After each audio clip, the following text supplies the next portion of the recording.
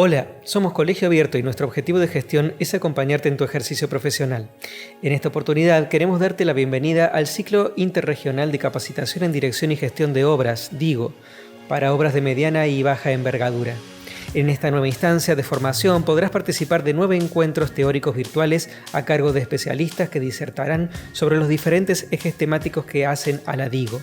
Además, realizaremos 5 visitas técnicas presenciales a obra en desarrollo que serán conducidas por profesionales de experiencia para fortalecer los contenidos vistos. Al finalizar este recorrido, podrás realizar una evaluación para certificar la capacitación o solicitar tu certificado de asistencia. Esperamos contar con tu participación en todas las instancias de DIGO y aprovechamos para invitarte a las demás capacitaciones que desde el Colegio de Arquitectos ponemos a tu disposición en la plataforma educativa. ¡Comencemos!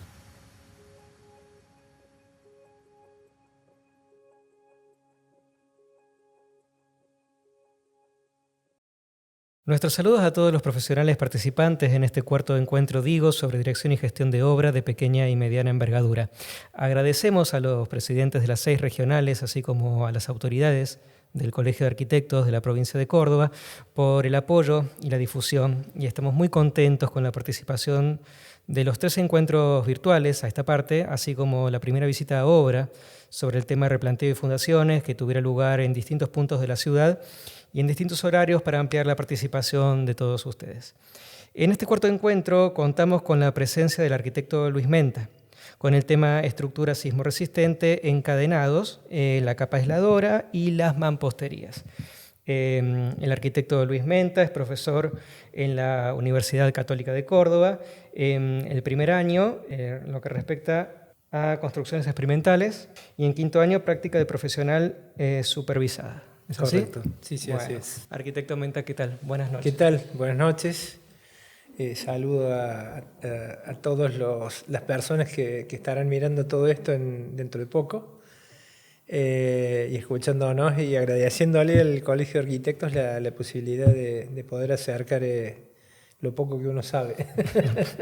Que no creemos que sea así. Así que bueno, Luis, empezaríamos con el tema, lo que dejamos en obra y lo que vimos en el DIGO 3, fueron las cimentaciones, y empezaríamos por capas aisladoras. Contanos un poquito al respecto, los tipos de capas que hay, cómo las materializamos. Previamente a la capa aisladora tenemos que hablar de las mamposterías de fundación, ¿no es cierto? Que es lo que se asienta sobre lo que uno tiene previsto como fundación, que puede ser una zapata, puede ser un hormigón ciclópeo, puede ser una viga portamuros, etcétera, ¿no es cierto? Posteriormente hay una cierta cantidad de hiladas que sirve para elevar la vivienda y poder a lo mejor generar toda esta altura que uno necesita para poder incorporar las instalaciones dentro de la vivienda. Digamos, siempre hay que tener en cuenta, ¿no es cierto?, de que tenemos que levantar la vivienda y tenemos que ver, en algún momento va a salir el agua de los pluviales a la calle. Bien. Entonces, muchas veces uno no tiene en cuenta eso y entonces te queda el pluvial horizontal o con pendiente invertida, ¿no? Entonces siempre un consejo es tomar bien el nivel de capa aisladora, que va a ser el nivel de piso, fundamentalmente. Entonces ese nivel de capa aisladora depende básicamente de la cantidad de hiladas que vamos a hacer, ¿no es cierto? Normalmente uno levanta la edificación con respecto al cordón vereda, unos 40, 50 centímetros, y con eso, digamos, de acuerdo al largo que tenga el lote también, ¿no? Pero, digamos, a tener en cuenta siempre esto como un elemento para poder incorporar las instalaciones, sobre todo las pluviales y las cloacales. La mampostería de fundación es la mampostería que se realiza sobre la fundación que se hubiera hecho, según lo que decía recién. Claro, son las zapatas. Entonces, este tipo de mampostería va a estar básicamente húmeda porque va a estar en contacto con la tierra. Bien. Entonces, si, digamos, una enseñanza que es pertinente es, digamos, si utilizamos mampostería de ladrillo común, qué tipo de ladrillo es el que conviene utilizar en este punto, ¿no? En la mampostería de fundación. conviene utilizar un tipo de ladrillo que no sea tan poroso. Claro. El ladrillo poroso es el de borde del horno, es el que se dice el ladrillo bayo, que tiene mucha porosidad, que es color amarillo, y al contrario, ¿no es cierto?, el ladrillo que está sometido al calor del horno es el más oscuro, y es el que tiene menor porosidad porque se cristaliza con el fuego, ¿no? Entonces, es un ladrillo que normalmente se descarta, pero digamos cuando no está digamos, deformado por el calor, es muy buen ladrillo para utilizarlo para capa aisladora. Un buen dato. Son ladrillos que son un color verdoso, un color violáceo, etcétera, ¿no? Otra cosa importante que es para qué sirve la mampostería de fundación, es muy importante que sirve para dar el nivel general, o sea, nivelar el nivel de la casa, ¿no? Porque digamos cuando uno a veces por el nivel del terreno o alguna deficiencia en la ejecución de las vigas de fundación o de la fundación que hayamos utilizado, no tiene el nivel definitivo y a veces quedan en desnivel. Entonces la mampostería, gracias a la regulación que vamos a hacer de la junta, nos va a servir para generar un elemento absolutamente horizontal, un plano que nos va a determinar el nivel de piso definitivo de la vivienda, el nivel de piso interior y el nivel de piso exterior. Perfecto. Siempre la mampostería de fundación debe estar ejecutada con mortero de concreto, cemento, arena 1-3, porque justamente por el problema de la humedad que ataca al estar en contacto con la tierra. Y una vez que tenemos esa nivelación... Una vez que tenemos esa nivelación, podemos proceder a generar a fabricar, ejecutar la capa aisladora, que puede ser una capa aisladora laminar o puede ser una capa aisladora compuesta, una capa aisladora que tiene condiciones de horizontalidad y de verticalidad también. Esto es muy importante porque refiere de que uno debe en esta instancia salvar todos los problemas de humedad que puede tener, que son problemas graves después, ¿no es cierto? Cuando una obra está terminada, sí. Estas eflorescencias en los revoques, todo este tipo de malas praxis son en definitiva. Y estas malas praxis se dan fundamentalmente a veces por descuidos, pongámosle, ¿no es cierto? Que se pueden dar por descuidos. O por alguna falsa información, ¿no es cierto? Muchas veces las capas aisladoras se hacen más altas que el nivel de piso y entonces la humedad empieza a ingresar por el espacio que queda entre la capa aisladora y el piso, porque normalmente el revoque grueso y el revoque fino es un conductor de la humedad. Entonces ese revoque fino y ese revoque grueso va a empezar a generar un elemento de subida de la humedad, ¿no es cierto? Porque, ¿qué pasa con la humedad? La humedad, hay un problema que se llama la capilaridad, que es un proceso físico, en el cual intervienen los poros de la masa del material y unos pequeños, como cañitos muy pequeños que tienen dentro de los materiales, que van atando los poros con estos cañitos que tienen 1 milímetro a lo sumo de diámetro, ¿no? Pero por un proceso físico y atmosférico, ¿no es cierto? La humedad empieza a ascender y es imparable la humedad, es un problema bastante serio. Justamente uno tiene que conocer por qué aparece el problema de la humedad, ¿no es cierto? Aparece por la capilaridad, que es esta cuestión de porosidad que tiene la masa, tanto en cualquier tipo de mampostería. Esta capilaridad sea en cualquier tipo de mampostería. Entonces, una vez que tenemos resuelto el nivel de piso, podemos empezar a ejecutar. Vamos a pasar a ver ahora una capa aisladora laminar horizontal. Bien. Esta capa aisladora horizontal laminar, ¿no es cierto? En este caso está ejecutada sobre una mampostería de 30 centímetros, que tiene estas condiciones de horizontalidad perfecta y también de verticalidad perfecta, porque cuando uno directamente comienza bien la obra, la verticalidad y la horizontal son factores muy importantes para después no tener que andar haciendo engrosamientos de reboque, o parchando cosas que deberían estar bien a partir de justamente una cosa tan sencilla que es utilizar la plomada o un nivel láser. Son elementos que desde el arranque son muy importantes. Bueno, acá tenemos algunas pequeñas imágenes en algunos croquis de una porción, ¿no es cierto? Ahí vemos cómo aparece puede ser una viga portamuro o ya directamente el cimiento, ¿no es cierto? Lo que se hubiera utilizado, una zapata corrida, una zapata puntual con viga de riostramiento. Entonces, ¿cómo se ejecuta esto? Con reglas de aluminio, reglas de 5 centímetros por 1 pulgada, que se van poniendo horizontalmente a lo largo del recorrido de la mampostería. Entonces, esta mampostería aparecen estas reglas que son de aluminio, en este caso parecería que fueran de madera, y estos son ganchos ejecutados con hierros del 8, del diámetro 8, porque si es muy débil, es menos de eso, no ejerce fuerza, ¿no es cierto? Y son elementos son ganchos que en principio se estiran hacia adentro para que después quede agarrando, sujetando bien la regla. Una vez teniendo ese marco, directamente. Una vez que tenemos nivelado este nivel con aquel nivel, poniendo los niveles en forma transversal, vamos a tener el nivel definitivo. Después vamos a generar una capa de concreto, cemento, arena 1-3. Bien. Es importante eso tener en cuenta.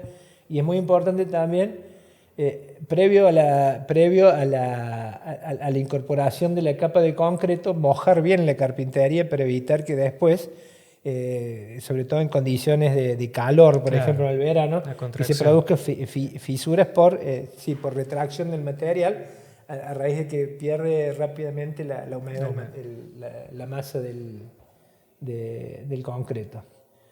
Se rellena eso, se lo corta con una regla. Perfecto. Posteriormente se produce este paso, ¿no es cierto? Esta es una condición muy importante porque se llama estucado, ¿no es cierto? Bien. Con cemento y agua. Con una consistencia que tiene la crema chantilly, por ejemplo, o el chocolate. Esa tiene que ser la consistencia. Y después se alisa perfectamente con una llana metálica, siempre al nivel todavía pueden estar las reglas de albañil, o pueden no estar las reglas de albañil también, las reglas laterales. Después, una vez que eso seca, hay que dejarlo que seque. Claro. Una vez que seque, 2 días, una cosa por el estilo, que ya esto haya eliminado la humedad de la mezcla, del mortero y del estucado, procedemos a hacer una primera barrera, que es la pintura asfáltica con 2 manos cruzadas. Bien. ¿Esa pintura asfáltica tiene que ser alguna particularidad? ¿Tiene que ser bitumen? Pintura asfáltica acuosa o no, también bien. Puede ser al solvente. Lo que es importante es primero tener en cuenta que son 2 manos y manos cruzadas, una en un sentido y otra en el otro sentido. Eso serían las 2 manos cruzadas. Una vez que está colocado esto, no hace falta esperar que seque la pintura asfáltica, y procedemos a asegurarnos de que no vaya a haber ninguna fisura posterior, porque digamos las contracciones, las retracciones del material, puede aparecer fisura dentro de esa capa aisladora. Se coloca una superficie del ancho de la mampostería de membrana, que puede ser, lo ideal es colocar una membrana geotextil, que es la mejor, ¿no es cierto? O también, como hablábamos recién, ¿no es cierto?, la aluminizada, la que tiene la parte de arriba, de 4 micrones. Claro. También puede ser un nylon un nylon grueso también, y lo que hay que tener cuidado es que nadie le pise, ¿no es cierto? Porque puede tener alguna piedrita y si le pisas ya no te sirvió nada de lo que hiciste, porque ahí ya generaste un nuevo tubo de subida del agua. Bueno, un poco esto es así. Bien. Acá empezamos a ver un poco algunas imágenes de obra, donde se puede ver ahí una viga de encadenado, que es un temita que vamos a ver enseguida, en el próximo capítulo. Y ahora vamos a empezar a ver justamente un llenado de cómo es realmente. Acá aparece una cosa muy prolija, ¿no es cierto? Cómo se colocan las reglas, cómo está perfectamente nivelada la base, esta base para la colocación de la capa aisladora. Es una situación especial, ¿no es cierto? Porque aparecen dos columnas en este lugar, es un doble muro eso. Y acá estamos llenando ya, lo estamos llenando, ahí aparece lo que les decía, cómo había que nivelar en horizontal las reglas. Bien, se ven los ganchos teniendo las reglas. Y este es el tipo de mampostería que estamos utilizando. Lo que veíamos recién era sobre mampostería de ladrillo común. Y en este tipo de mampostería lo que conviene antes de ejecutar la capa aisladora es rellenar, ¿no es cierto?, los huecos que quedan dentro de la mampostería en las cuestiones verticales, cuando tenés diferencias de nivel, eso también se pinta con bitumen o se hace un azotado. Digamos que eso creo que estaba en la primera que estábamos viendo, ¿no es cierto? Acá teníamos alguna referencia. El nivel de piso interior, el nivel de piso exterior, nivel de piso interior. Digamos, lo ideal es cerrar estas cuatro caras para que, digamos, es una cuestión que podría evitarse. Pero es un gasto que es muy poco considerable dentro del monto de la obra, y generar este cajón general de capa aisladora es nos asegura, sí, digamos que el consejo sería: nunca dejen de hacer eso. En este dibujo lo que estaría faltando acá sería el mortero que hay, ¿no es cierto?, que no apoya directamente el ladrillo sobre la capa aisladora, sino que falta el mortero que va a pegar sobre la capa aisladora. Perfecto. Decíamos fuera de aire que también recomendabas, en el caso de tener un inconveniente, hacer un corte en el revoque. En caso que hayas hecho la capa aisladora más arriba que el nivel de piso, lo que conviene es generar una buña pegada al cerámico, al piso que hayas colocado, para evitar que por el revoque suba la humedad. Perfecto. O sea que ya tenemos la capa aisladora resuelta y vamos a pasar a la mampostería, que van a ser aquellos mampuestos que vamos a colocar. Acá seguimos viendo, acá no es cierto cómo se está terminando. Ese es el estucado. Y acá vemos algunas situaciones de capa aisladora, la que veíamos recién, y otra con ladrillo visto de ambos lados, donde debería no pasar la humedad. Obviamente, nunca debería pasar la humedad, pero más en este caso que es el ladrillo doble cara. Bien, ahí tenemos diferencias de niveles. Ahí tenemos otra situación donde aparece un nivel de piso más bajo exterior, pero siempre en todas las circunstancias conviene generar el cajón de capa aisladora. Yo lo recomiendo siempre. Vemos ya, ¿no es cierto?, en este punto, vemos lo que vamos a ver en el próximo tema, que es cómo se incorpora el sistema antisísmico dentro de la mampostería. Bien. Bueno, ahora pasaremos un poco una vez que hablamos de estos sistemas de protección de las humedades, vamos a pasar a ver un poco las envolventes verticales, que los arquitectos le decimos envolventes, en realidad son muros, tabiques, etcétera, ¿no es cierto? Entonces vamos a empezar a ver los distintos tipos de mamposterías. Mampostería viene de mampuesto, ¿no es cierto?, de la colocación a mano, quiere decir, de ahí viene la mampostería, ¿no? Es una palabra que mucha gente se pregunta por qué se llama mampostería, porque el mampuesto es justamente eso, la colocación a mano de distintas piezas que van apilándose y pegándose. Perfecto. En este caso vamos a empezar a ver los distintos tipos de espesores de muros de ladrillo, y cómo se llama cada uno, ¿no es cierto? El tabique de canto, que también se llama el tabique de rafa, ¿no es cierto? O el tabique de panderete, que es este. El primero. El tabique de canto se llama tabique de rafa o tabique de panderete. pared de 15, pared de 20. Esto es un caso particular que hay que tener mucho cuidado cómo se hace, ¿no es cierto? Porque hay que ir alternando esto, porque si no pierde... Para no tener una traba. Claro, sí. Para generar las trabas. Y esta es la pared de 30 y vale la pena recordar que esta es la única portante. Ni esta, ni esta, ni esta son elementos portantes. Ah, mira. La única que es portante es la pared de 30. Siempre hablando de mampostería con ladrillos macizos. Siempre hablando de ladrillos macizos, correcto. Acá vamos a ver algunos encuentros, como esto es muy importante porque la traba es el elemento que evita que después se te raje o se te fisure la pared. Bien. Que parece que es una cosa tan importante como algo para tener en cuenta, ¿no? Entonces acá aparecen los distintos tipos de trabas, los encuentros de pared de 30, una probable pared futura donde se deja la previsión quiero decir, y un encuentro en T en pared. Perfecto. Los esquineros, lo que hablamos hace un rato, ¿te acordás que si en estos casos, por ejemplo, si uno quisiera, cuando veamos ya la parte de estructura antisísmico, en caso de que nosotros quisiéramos generar una mampostería de ladrillo visto por fuera, en este caso va a aparecer una columna vertical del encadenado antisísmico. Y cómo podemos hacer para que este ladrillo no sea un ladrillo que esté cortado, no haga un pequeño corte de un lado, sino que lo que tenemos que hacer es un corte en L del ladrillo para justamente hacer desaparecer la columna, ¿no es cierto? Hablamos de un arquitecto que solía hacerlo. Sí, es una enseñanza de nuestro querido maestro, el Togo Díaz, que tantas enseñanzas nos dejó sobre el ladrillo, ¿no? Y justamente una de las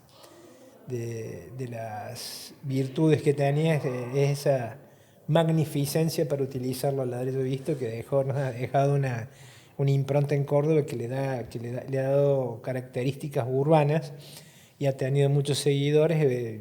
Y a menudo vemos a cada rato edificios de ladrillo visto. El Togo creo que son casi 90 ladrillos, 90 edificios de ladrillo visto, y todos con un especial cuidado en el detalle del ladrillo visto.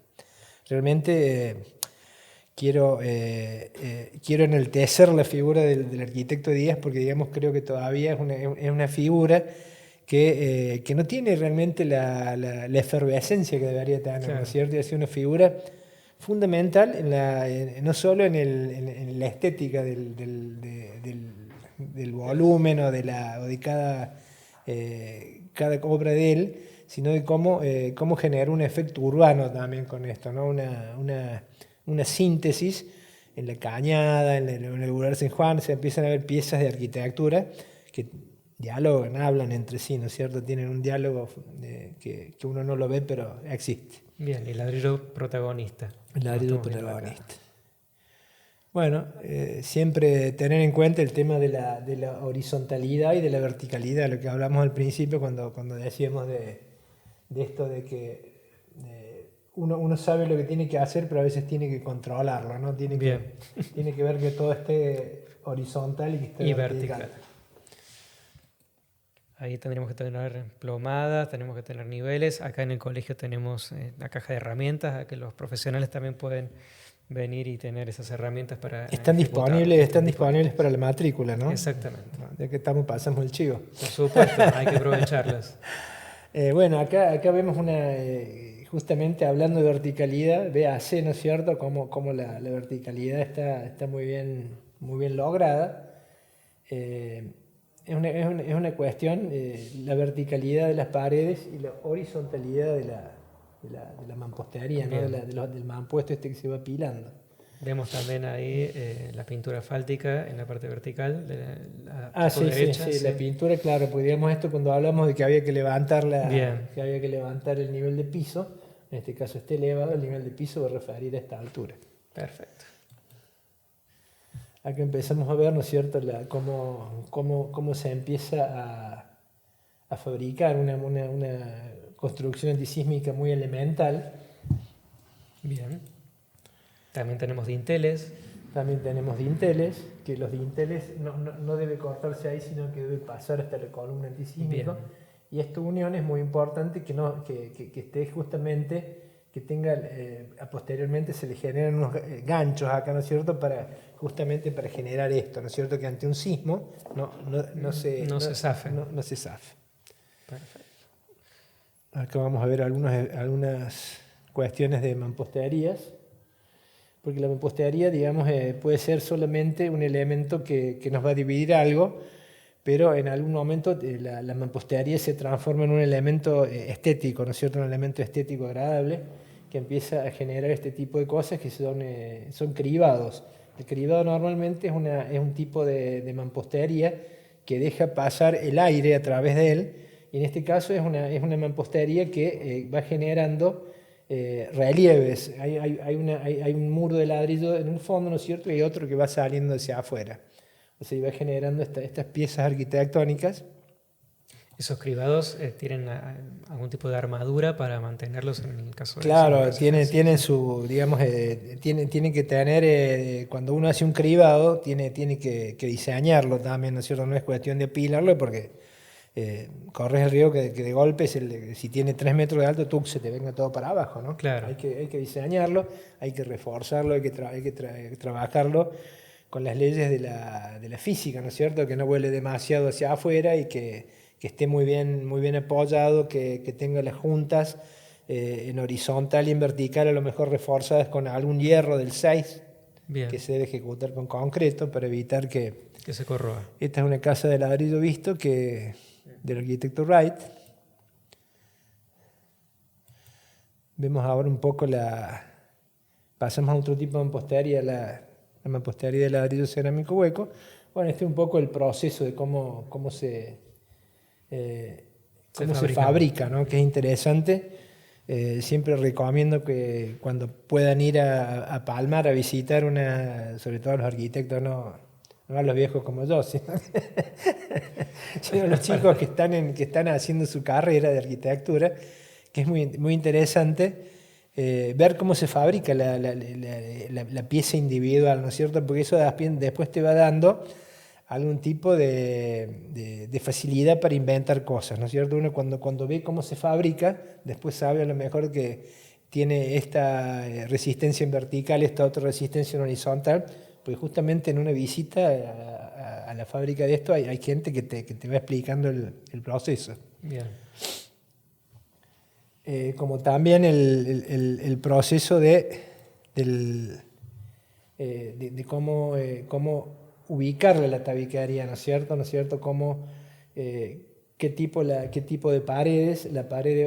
Hay tipos de bloques que son portantes y tipos de bloques de 20 que no son portantes. Bien. ¿Y cómo te das cuenta cuando un ladrillo de bloque es portante y cuando no? Por la forma de las celdas. Cuando tiene un espesor de celda más importante que el otro, que el que no es portante, claro, y se utiliza verticalmente. En cambio, el ladrillo que no es portante tiene las celdas horizontales. Sí. Muy bien. Quería ver si sabías. He pasado el examen. Bueno, se puede utilizar también lo que hablamos recién, ¿no es cierto?, de las mamposterías cuando tienen alguna ubicación comprometida. Claro, zona sur. ¿Cuál es la ubicación comprometida de la mampostería? La ubicación sur. Exactamente. ¿Y por qué es comprometida? Por el frío, por el agua, todas estas inclemencias climáticas, el sol que le da muy poco, ¿no es cierto?, porque digamos la orientación del sur es una orientación que es interesante por la iluminación que provoca dentro, claro, del ambiente. Pero nunca te va a dar el sol, nunca vas a tener esa calidad de que va el sol a calentar la mampostería en algún momento o en otro momento lo va a enfriar. Entonces, ¿qué tenemos que hacer? Evitar de que casos de clima intenso, ¿no es cierto?, generar una barrera muy importante, impermeable al sur, y también tener en cuenta de que en las obras de arquitectura se produce la condensación también. Claro. ¿Y qué es la condensación? La condensación se produce el goteo o la humedad que aparece interiormente por la diferencia de temperatura exterior e interior. Cuando la temperatura puede darse en invierno o en verano, digamos, de acuerdo a cuál sea la temperatura interior. Pero por lo general es cuando el clima es frío y uno no ha previsto eso, puede ser de que haya previsto una mampostería muy, muy delgada. Entonces eso genera un efecto de condensación muy importante, te va a aparecer agua directamente en eso. ¿Cómo lo evitas? Generando este tipo de paredes, este tipo de muros, doble muro con capa intermedia, con capa hidrófuga intermedia y cámara de aire, ¿no es cierto? Todo eso, si vos además a eso le generás que esa cámara de aire genere como una corriente interna también, poniéndole algún deflector o alguna reja o etcétera, mejor todavía. Perfecto. O sea que sumado a las capas aisladoras que habíamos antes, tomar en cuenta que en los muros sur sería bueno hacer algún tipo de ayuda en ese aspecto, hacer algún azotado y demás. Digamos, el muro combinado, no sé, el muro doble, el muro de 15 doble o el muro combinado de 15 de ladrillo, a veces en los edificios, hacen un tabique de 7 con una cámara de aire, con otro ladrillo de 7. Entonces, creo que es muy importante utilizar este recurso como elemento de climatización interna, ¿no es cierto? Bien. Esta cámara de aire garantiza que la humedad no va a pasar y que el calor va a pasar menos y que el frío va a pasar menos. Bien. Porque, digamos, le va a costar mucho más atravesar la masa de acuerdo a estas inclemencias climáticas. Perfecto. ¿No? Mampostería de ladrillos cerámicos portantes. Ahí los vemos con las diferencias de las celdas que veníamos hablando, justamente. Sí. Bien. Y tenés paredes de 15 y de 20. Y de 20, sí. Y después pasamos a ver un poquito, ya entramos en el tema de qué es esta estructura que aparece acá, que se está mezclando con la mampostería. Digamos, hay una anécdota que siempre me quedó grabada en el sismo de Caucete, en el sismo de San Juan, que fue un sismo muy, muy importante, muy, muy fuerte, ¿no? Que se dio en el año 78, 77, algo así fue. Que llegó a Córdoba con mucha fuerza este movimiento telúrico, ¿no? Que fue grave porque por la intensidad que tuvo, que creo que fue 8 en la escala de Richter, y además que se movió verticalmente y hacia los costados también. Entonces cuando se provocan ese doble movimiento, son como muy fatales los terremotos o los sismos. En este caso, yo me acuerdo que veía que las paredes se movían, pero 10 centímetros, se corrían las lámparas, pegaban en el techo. Uh-huh. Esa experiencia en Córdoba nunca ocurrió salvo ese momento. Hasta ese momento la mampostería se hacía directamente, se hacían las uniones en las esquinas, se hacían solamente las uniones de los ladrillos o de los bloques a 90 grados, se apilaban, se hacía una buena junta.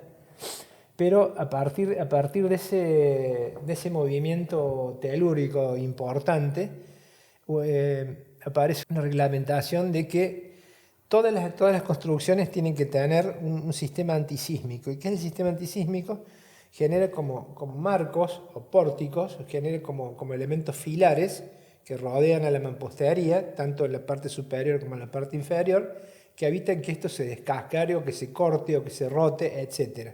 Entonces, ante un movimiento telúrico, no se van a mover divisiblemente las piezas de arquitectura, sino que se va a mover todo como un conjunto que va a intentar moverse en un solo sentido o en un solo sentido. Y entonces esto da como resultado nunca un sismo tan fuerte como aquella vez, pero desde ese momento yo creo que fue una medida muy importante dentro de la arquitectura. Digamos, estamos en una zona intermedia, ¿no es cierto? Porque la zona sísmica por excelencia es la que está cercana a la cordillera por donde pasa justamente una falla sísmica, y la de menor sismo es la que está pegada al mar. En ese lugar no llega nunca el sismo, no hace falta que hagas mampostería, sistemas antisísmicos. Esos marcos me imagino que tienen determinadas proporciones. Sí, digamos, normalmente también surge de un cálculo también esto, ¿no es cierto?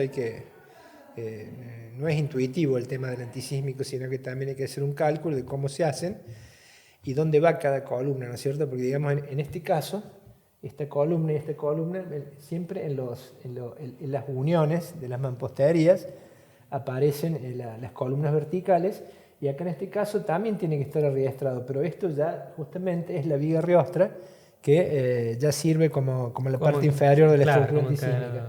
Posteriormente habrá acá otra viga superior que va a generar todo como un cubo completo, donde después se rellenará con mampostería, o a medida que se va levantando la mampostería, después se le colocarán unos tablones y se rellenará. Perfecto. Convengamos que esto sirve para atar esa mampostería, no es una estructura pensada como columna. No, digamos, esto es solamente a efectos de ayudar en la parte antisísmica. Bien.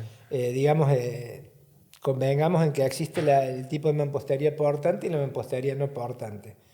Que nosotros le coloquemos el antisísmico no quiere decir que parece hay una mampostería portante. La mampostería no portante es cuando aparece una estructura de hormigón independiente de la mampostería.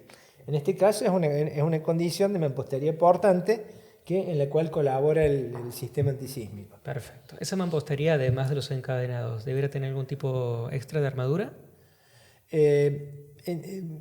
Indudablemente conviene siempre reforzar, ¿no es cierto? Como por ejemplo, yo en estas 3 hiladas yo generaría un elemento horizontal, una junta horizontal que la ejecutaría con concreto y le colocaría unas barras horizontales de hierro, Bien. que puede ser el 6, por ejemplo, y cada 3 hiladas uno lo puede ir ejecutando. Para darle mayor capacidad de resistencia también, incluso al efecto lateral. Si hubieran sido de ladrillos vistos, tendríamos entonces lo que habíamos charlado antes, de dejarlo en un vértice en el cual el ladrillo fuera calado, claro, para que queden ocultos. Claro, claro. Exactamente. Ahí tenemos las colocaciones, eso es importante. El tema de la mezcla, estamos hablando de mezcla que tienen cal dentro de su composición. Sí. Cal siempre y cuando no aparezca el hierro en ningún lado. Digamos, la cal es enemiga del hierro porque le produce un proceso de oxidación y de rotura de la pérdida, pierde sus cualidades, su potencialidad. Bien. Y bueno, esos pegamentos generalmente vienen ya hechos, tenemos marcas comerciales que ya lo producen, pero en una época también esa cal se apagaba en cachimbos y se mezclaba junto con los otros componentes. Recuerdo que antes se hacía un pozo de cal, un pozo cuadrado como de 2,50 por 2,50 por 2 metros de profundidad, y la cal venía en piedras, eran piedras de cal que vos le tirabas adentro del pozo y vos le tirabas agua y empezaba a bullir eso, empezaba a bullir, y al otro día recién se apagaba. Entonces vos estabas utilizando cal apagada y te quedaba dentro de ese pozo de cal una pasta que era casi como una manteca, que en esa época los revoques eran mejores, ¿no es cierto? Porque justamente esa cal en pasta ayudaba a que fuera mucho más plástico y entonces quedaba mucho mejor la terminación, sobre todo los revoques finos. Claro, bien ahí. Y con respecto, por ejemplo, hablamos, volviendo a las capas hidrófugas y demás, en los silorrasos, esos convendrían hacer en barras de vapor que van en la parte inferior o superior de la losa. Las barras de vapor van en la parte superior de la losa. Bien. Porque digamos, el vapor se genera dentro de la edificación, dentro de la vivienda. Entonces ahí donde tenemos que cortar el vapor para que justamente no ascienda sobre y nos pueda dañar las capas horizontales hidrófugas, antitérmicas o térmicas, etc. Perfecto, que eso serían ya, claro, tareas de lo que es la cubierta, que son otro día. Eso quedará para tu próxima entrevista. Que ya está que hecho. Será losas y cubiertas, supongo, serían las envolventes horizontales. Exactamente. Bueno, Luis, ¿algo más que quieras agregar con respecto a los encadenados? Acá tenemos, por ejemplo, la forma de encofrarlos. Claro, acá digamos cómo se genera un encofrado de los encadenados antisísmicos. Tablas verticales que tienen que justamente verticalizarse, insisto con la verticalización de la cosa. Perfecto. Y tienen que tener también buenos sistemas de anclaje, ¿no? para evitar, Pero cuando vos le tiras, le volcas el contenido del cemento, del hormigón adentro de esto, es pesado y como va cayendo de arriba te va haciendo fuerza hacia afuera y te lo puede deformar. Entonces tiene que tener estos elementos para que no la desplomen y tiene que tener elementos también para evitar que se abran. Eso se hace con ganchos de hierro. Bien. ¿La granulometría que utilizarías en esos cementos? Normalmente el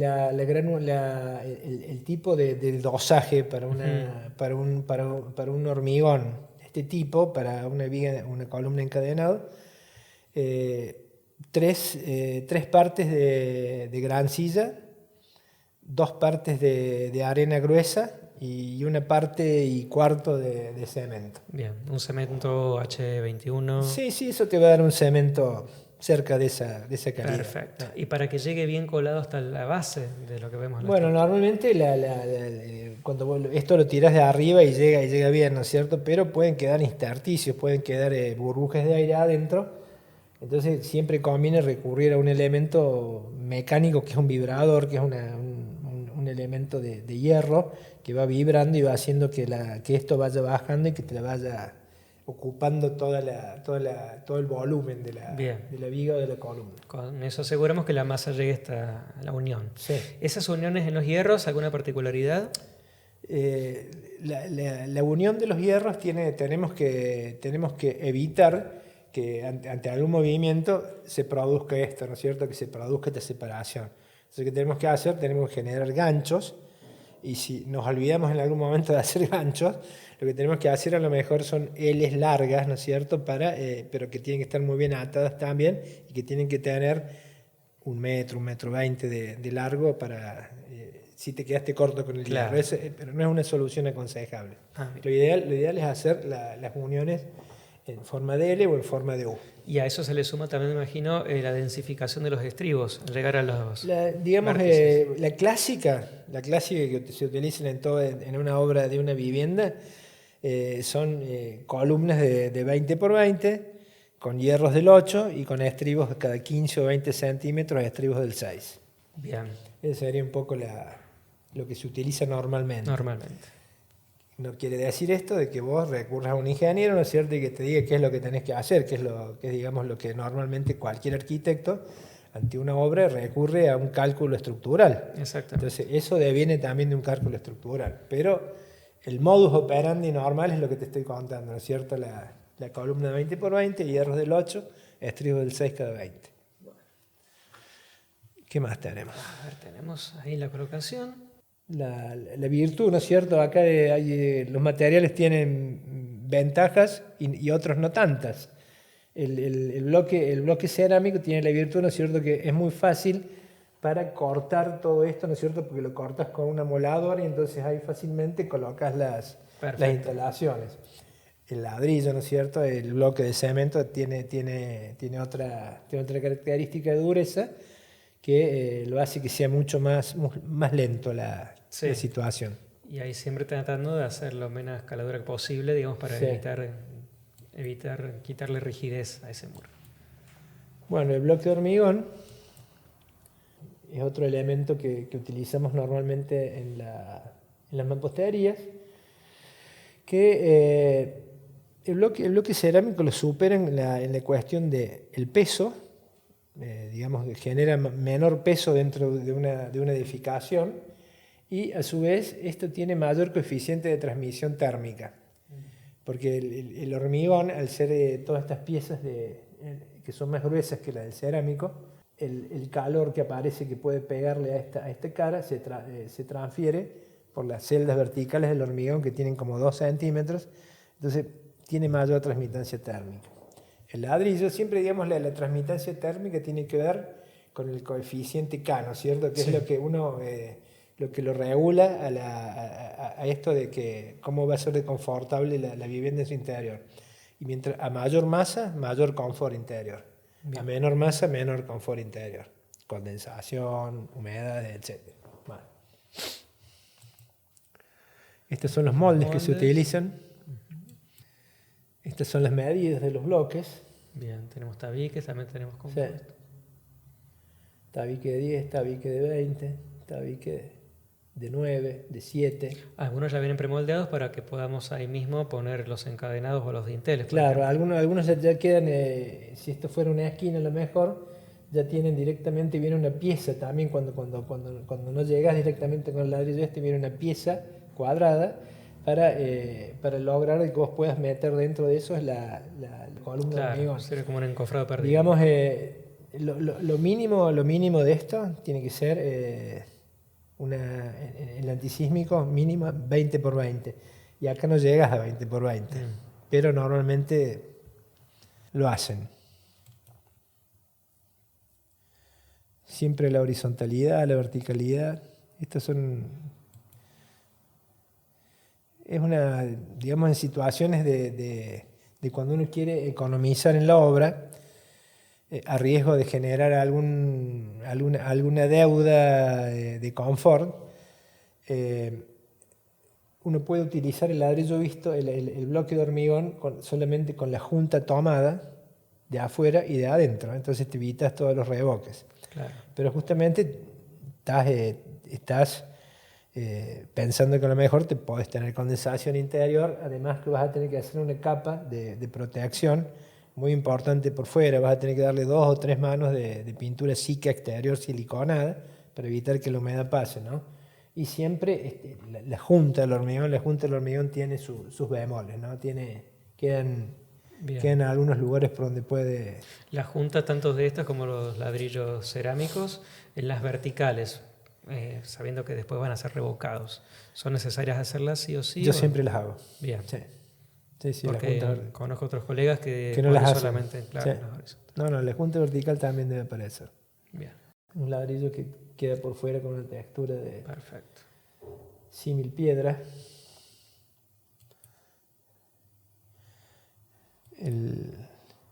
Hay una persona en el mundo que es un maestro como trabaja el bloque de hormigón, y es Mario Botta, ¿no?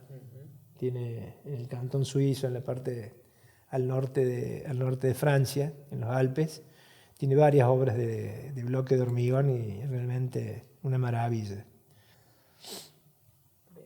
Tenemos detalles del tema. Son croquis del mismo Botta. Sí, Mario Botta. Esta es otra casa de Mario Botta. Y después, para terminar, podemos tener otro tipo de mampostería también. La mampostería de piedra, que no estamos hablando del revestimiento de piedra, sino de la mampostería real de piedra, ¿no? Lo que se llama el sillar de piedra, el espesor que tiene la masa, muy utilizada, digamos, generalmente hay la artesanía de la colocación de la piedra viene del uso intensivo y de la colocación intensiva que tienen, por ejemplo, la gente del campo. Los mejores colocadores de piedra son la gente del campo, ¿no es cierto? Porque han nacido haciendo eso, han nacido haciendo sillares de piedra. Vos vas a ver en el campo que hay, en lugar de haber alambrados, hay como muros de piedra, ¿no es cierto? Sí, son todos muros de piedra que no son finitos, son muros de piedra que tienen 20, 30 centímetros, ¿no? de espesor. Entonces, no confundir el revestimiento de piedra con el sillar de piedra. Lo que estamos hablando es el sillar de piedra, que hay que tener un cuidado especial en la colocación, de no colocar las piedras demasiado en diagonal, demasiado inclinadas, porque esto también, la piedra también sufre el efecto de la, tanto de la gravedad como de la gravedad, ¿no es cierto? Entonces, esto que podemos hacer, un muro de piedra por fuera, otro muro de piedra por fuera, podemos generar interiormente una viga de encadenado y también generar un sistema antisísmico, pese a que estemos utilizando la piedra, ¿no? Bien. Que uno parecería que no la podría utilizar, pero se puede utilizar. Acá hay cómo se empieza a colocar, ¿no es cierto? Normalmente estos son suelos Pedemonte. Pétreos, sí, pedemonte, ¿no es cierto? Que son todos suelos de ese tipo. El corte, ¿no es cierto? Previamente a la colocación siempre aparece un modelado de la piedra para justamente irla calzando y que no empiece a quedar bailando la piedra, ¿no? Esta es una excelente colocación de piedra. Esta es otra excelente colocación de piedra que ya empieza a aparecer, digamos, la piedra grande y esta particularidad de ir colocándole para irla calzando, no cortando la piedra, sino que la van calzando con pequeñas piedras más chicas. Más los vértices, son dos efectos distintos, ¿no? Claro, los vértices que se van a la izquierda también. Sí. Esta es una casa que hicimos en su momento, que justamente tiene esta característica, la piedra del lugar. Era una casa que tenía una parte de piedra, esto lo habían hecho la gente del lugar. Entonces tratamos de imitar un poco utilizando la misma piedra en la casa, ¿no? Ya tenemos mampostería entonces de piedra, del alero macizo y de los cerámicos y los de hormigón. O sea que en mampostería, más el tema de lo que serían los sistemas antisísmicos, creo que quedan claros. Hemos barrido prácticamente todo lo solicitado. Perfecto. Bueno, Luis, te agradezco muchísimo el que hayas participado en este cuarto Digo. Sí. Vamos a quedar después abiertos a las preguntas que seguramente cuando hagamos el vivo todos los participantes te van a querer hacer. Con todo gusto, eso será la semana que viene, creo. Exactamente.